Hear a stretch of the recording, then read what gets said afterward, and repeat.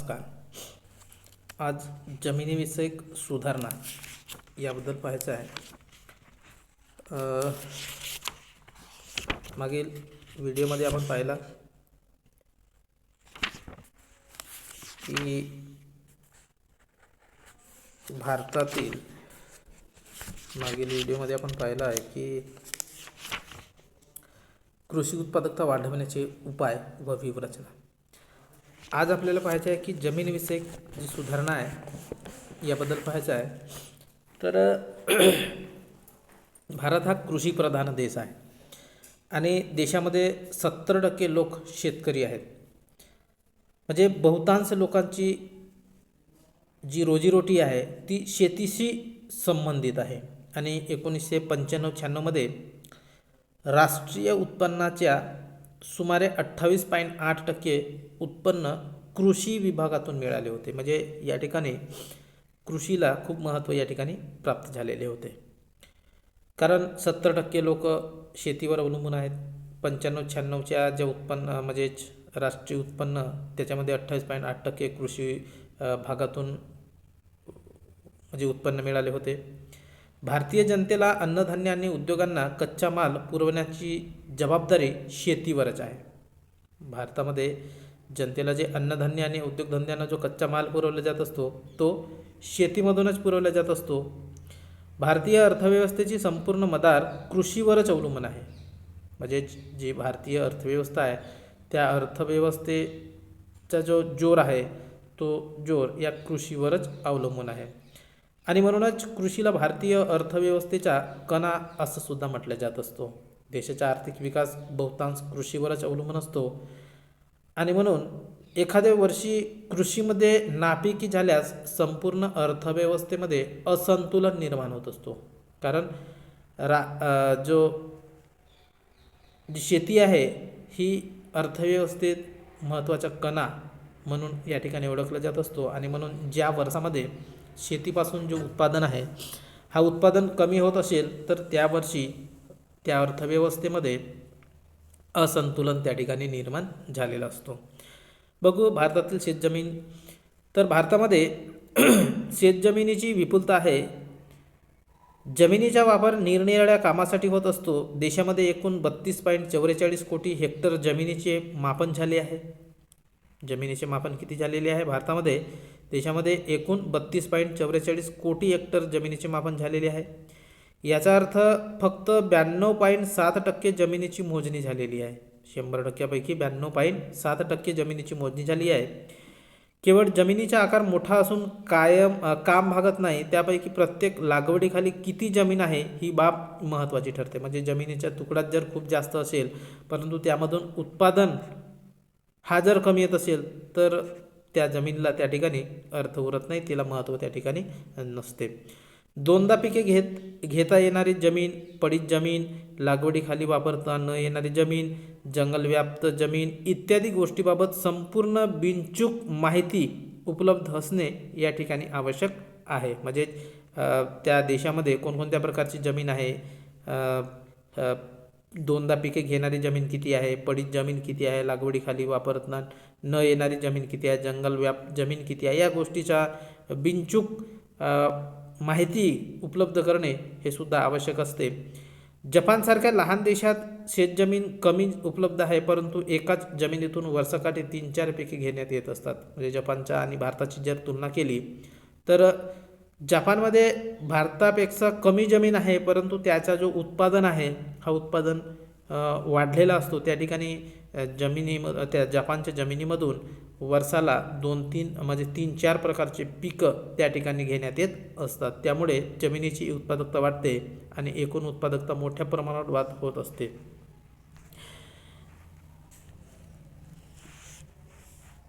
बघू शेतजमिनीचा वापर. 1981-82मध्ये शेतीतील पिके भारतीय शेतजमिनीतून विविध प्रकारची पिके घेण्यात येत होती. त्याच्यामध्ये काही विभागणी केली आहे. तर पहिला अन्न पिके आणि दुसरे व्यापारी पिके. तर अन्न पिकामध्ये येते गहू, तांदूळ, ज्वारी, बाजरी, मका, हरभरा, तूर इत्यादी अन्न पिकामध्ये येत असतं, ज्याचं आपण सेवन करीत असतो, उपभोग घेत असतो. त्याच्यानंतर व्यापारी पिके. तर ऊस, भुईमूग, कापूस, ताग, तंबाखू, चहा, कॉफी, रबर, तेलबिया इत्यादी व्यापारी पिके येत असतात. यांच्या माध्यमाने आपल्याला व्यापार करता येत असतो आणि म्हणजे या व्यापारी पिकांच्या माध्यमाने या ठिकाणी आपण भांडवलसुद्धा गोळा करू शकत असतो. नियोजन काळात शेतीच्या विकासाला प्राधान्य देण्यात आले असून त्याचे फायदे आता मिळू लागले आहेत. अन्न पिके आणि व्यापारी पिके, रोख पिके यांच्या उत्पादनात लक्षणीय वाढ होत आहे. अन्नधान्याबाबत आपला देश आता जवळजवळ संपूर्ण स्वयंपूर्ण झाला आहे. म्हणजे या ठिकाणी दिलेलं आहे आपल्याला की अन्नधान्याचे एकूण उत्पादन दिलेलं आहे. 50-51मध्ये 508 लक्ष टन होते, 60-61मध्ये 820 लक्ष टन होते, 90 म्हणजे 70-71मध्ये 1084 लक्ष टन होते, 80-81मध्ये 1296 लक्ष टन होते, 87-88मध्ये 1384 लक्ष टन एवढे झाले. 94-95मध्ये अन्नधान्याचे उत्पादन 1851 लक्ष टन, 96-97मध्ये 1993 लक्ष टन आणि 98-99मध्ये 2000 लक्ष टनापेक्षाही अधिक उत्पादन या ठिकाणी झालेलं आहे. म्हणजे या ठिकाणी आपल्याला असं म्हणता येईल की सुरुवातीच्या काळामध्ये जे योजना काळ होता, योजना काळ हा 1950-51 पासून सुरू झालेला होता आणि योजना काळामध्ये ज्या योजना त्यांनी तयार केलेल्या होत्या त्या माध्यमाने त्या ठिकाणी कृषीमध्ये विशेष लक्ष दिल्याच्या नंतर त्या ठिकाणी योग्य तो उत्पादनामध्ये कशा पद्धतीने वाढ होईल याचे प्रयत्न त्या ठिकाणी करू लागले आणि नंतर 50-51 पासून ते 98-99 पर्यंत योग्य तो वाढ त्या उत्पादनामध्ये, अन्नधान्याच्या एकूण उत्पादनामध्ये योग्य तो वाढ आपल्याला त्या ठिकाणी दिसून आला. नियोजन काळात व्यापारी पिकाचे क्षेत्र आणि उत्पादन उत्तरोत्तर वाढत गेल्याचे सुद्धा या ठिकाणी दिसून आला. म्हणजे नियोजन जो काळ होता त्या नियोजन काळात व्यापारी पिकांचे क्षेत्र आणि उत्पादन उत्तरोत्तर या दोन्ही गोष्टी या ठिकाणी वाढत येऊ लागल्या हे आपल्याला या ठिकाणी दिसून आलं. भारतीय अर्थव्यवस्थेत व्यापारी पिकांना विशेष महत्त्व आहे, कारण अनेक उद्योगधंदे व्यापारी पिकावर अवलंबून असतात. ही व्यापारी पिके शेतीमध्ये मोठ्या प्रमाणात पिकली तर संबंधित उद्योगामधून अधिकाधिक पक्का माल बाहेर पडू लागतो आणि देशाची गरज भागून उर्वरित मालाची निर्यात करता येते.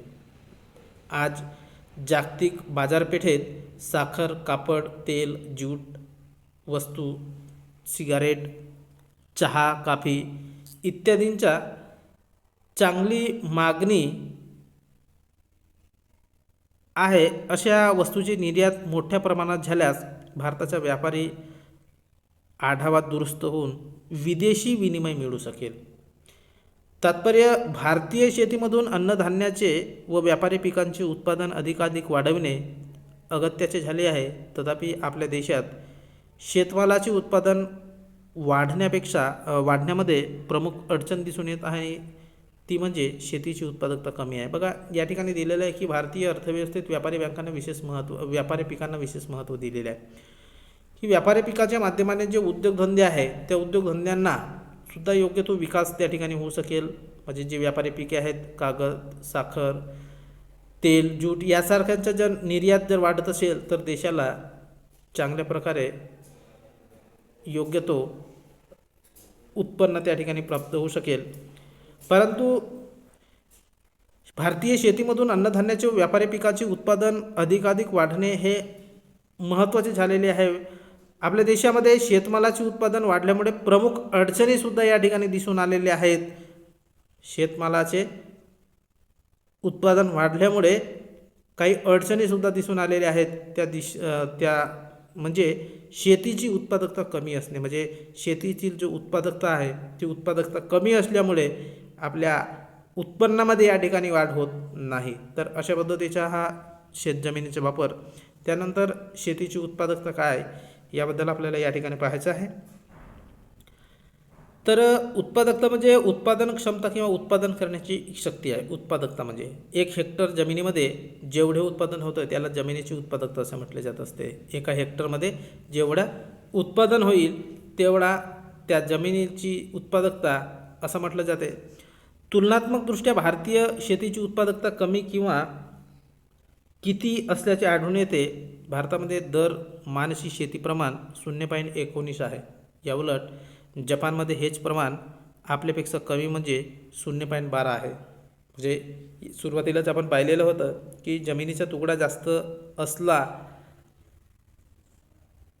त्याचा जमिनीचा जास्त तुकडा असून काही फायदा नाही, तर त्या ठिकाणी उत्पादन वाढविणे हा महत्त्वाचा आहे. तर आपण जर जापानशी जर तुलना केली तर जापानमध्ये जमिनीचा तुकडा कमी आहे, परंतु त्यामध्ये वर्षाकाठी उत्पादन 3-4 पिके त्या ठिकाणी घेतली जात असतात. भारतामध्ये त्या पद्धतीच्या नाही. आणि म्हणून यामध्ये त्याने दिलेलं आहे की भारतामध्ये दर मानशी शेतीचे प्रमाण या ठिकाणी दिलेलं आहे की 0.19 या ठिकाणी दिलेला आहे. आणि जपानचा म्हणजे जापानमध्ये सुद्धा याचं प्रमाण दिलेलं आहे, तो भारतापेक्षा कमी असून तो म्हणजे 0.12 आहे. परंतु जपानमध्ये अन्नधान्याची तूट कधीही पडली नाही, कारण त्याच्या शेतीची उत्पादकता बरीच जास्त आहे. भारतामध्ये मात्र अन्नधान्याचा आणि व्यापारी पिकांचा तुटवडा जाणवतो, कारण शेतीची उत्पादकता कमी आहे. भारताप्रमाणे जापानमध्ये लहान प्रमाणावर शेती करण्यात येते, तथापि जपानमध्ये दर हेक्टरी उत्पादन जास्त असल्यामुळे शेतमालाचा तुटवडा नसतो. नियोजन काळात भारतीय शेतीची उत्पादकता उत्तरोत्तर वाढत असली तरी विविध देशाच्या तुलनेत भारतीय उत्पादकता कमी असल्याचे दिसून येते. म्हणजे या ठिकाणी आपल्याला त्यांनी दिलेलं आहे की भारतामध्ये जर जमिनीचा तुकडा जास्त असला तरीसुद्धा त्या ठिकाणी उत्पादनामध्ये योग्य तो वाढ या ठिकाणी आपल्याला दिसून येत नाही. जसं जपानचा जर विचार केला तर जपानमध्ये जमिनीचा तुकडा लहान आहे, परंतु त्यामध्ये उत्पादन हा खूप जास्त प्रमाणामध्ये त्या ठिकाणी होत असतो. वर्षाकाठीला 2 म्हणजे 3-4 प्रकारचे पिके त्या ठिकाणी घेतले जात असते. आणि म्हणून शेतीची उत्पादकता त्या जापानमध्ये बरीच जास्त आहे, आणि म्हणून अन्नधान्याची त्या ठिकाणी तूट पडत नाही. परंतु भारतामध्ये अन्नधान्याचा आणि व्यापारी पिकांचा तुटवडा आपल्याला या ठिकाणी जाणवत असतो. याचं कारण आहे की शेतीची उत्पादकता या ठिकाणी कमी आहे, जापानची उत्पादकता त्या ठिकाणी जास्त आहे, आणि म्हणून त्या ठिकाणी अन्नधान्याची किंवा व्यापारी पिकांची तूट जापानमध्ये आपल्याला दिसून येत नाही. बघा, या ठिकाणी आपल्याला दिलेलं आहे की या ठिकाणी एक तुलना केलेली आहे की काही देशातील दर हेक्टरी उत्पादकता चार्ट आपल्याला या ठिकाणी दिलेला आहे. तर बघू, फ्रान्स म्हणजे पिके दिलेले आहेत, पिके. त्याच्यानंतर फ्रान्स, चीन, अमेरिका, जापान गहूच्या बाबतीमध्ये. त्याच्यानंतर तांदळाच्या बाबतीमध्ये आपल्याला जापान, इंडोनेशिया, चीन, भारत याचा एक चार्ट दिलेला आहे की 100 किलोग्राममध्ये उत्पादकता किती आहे हे आपल्याला या ठिकाणी दिलेलं आहे. त्याच्यानंतर कापूस, भुईमूग जी व्यापारी पिके आहेत याबद्दल सुद्धा दिले. हे अन्न पिके आहेत आणि ही व्यापारी पिके आहेत, तर याच्याबद्दल सुद्धा 100 किलोग्राममध्ये उत्पादकता किती प्रमाणामध्ये आहे हे आपल्याला या ठिकाणी दिसून येत असते. जर आपण पाहिला तर भारताचा जर विचार केला तर गहूच्या बाबतीमध्ये हा सुद्धा कमी प्रमाणामध्ये उत्पादकता आहे. जर तांदूळ याबद्दल जर आपण पाहिला तर भारताचा 28.2% म्हणजेच हा सुद्धा खूप कमी प्रमाणामध्ये आपल्याला याचं उत्पादन आपल्याला या ठिकाणी दिसून येत असतो. व्यापारी पिकांच्याबद्दल जरी पाहिला तर भारताचा जर पाहिला कापूसबद्दल तर या ठिकाणी 3.0 इतकं उत्पादन आहे. 100 किलोग्राममध्ये उत्पादकता आपण जर पाहिली तर. भुईमुगाचा सुद्धा पाहिला तर या ठिकाणी 10.0 अशा पद्धतीचा याचं उत्पादन आहे. म्हणजे भारतामध्ये शेती जरी असली तरी उत्पादकतेचा या ठिकाणी तूट म्हणजे उत्पादकतासुद्धा या ठिकाणी कमी आहे, आणि म्हणून अन्नधान्याचा किंवा व्यापारी पिकांचा या ठिकाणी तूट आपल्याला या ठिकाणी दिसून येत असते. हे आपल्याला या चार्टवरून लक्षात येत असते. हा आपल्याकडे चार्ट आहे, आणि या चार्टच्या माध्यमाने आपल्याला भारतामध्ये कशा पद्धतीची तूट आहे, किती आहे, कमी आहे हे आपल्याला या ठिकाणी दिसून आलेली आहे. त्याच्यानंतर भारतीय शेतीच्या कमी उत्पादकतेची कारणे. भारतीय शेतीची शेतीच्या कमी उत्पादकतेची कारणे आपल्याला या ठिकाणी दिलेली आहे, ती आपण उद्याला पाहणार आहोत, म्हणजे समोरच्या व्हिडिओमध्ये पाहणार आहोत. धन्यवाद.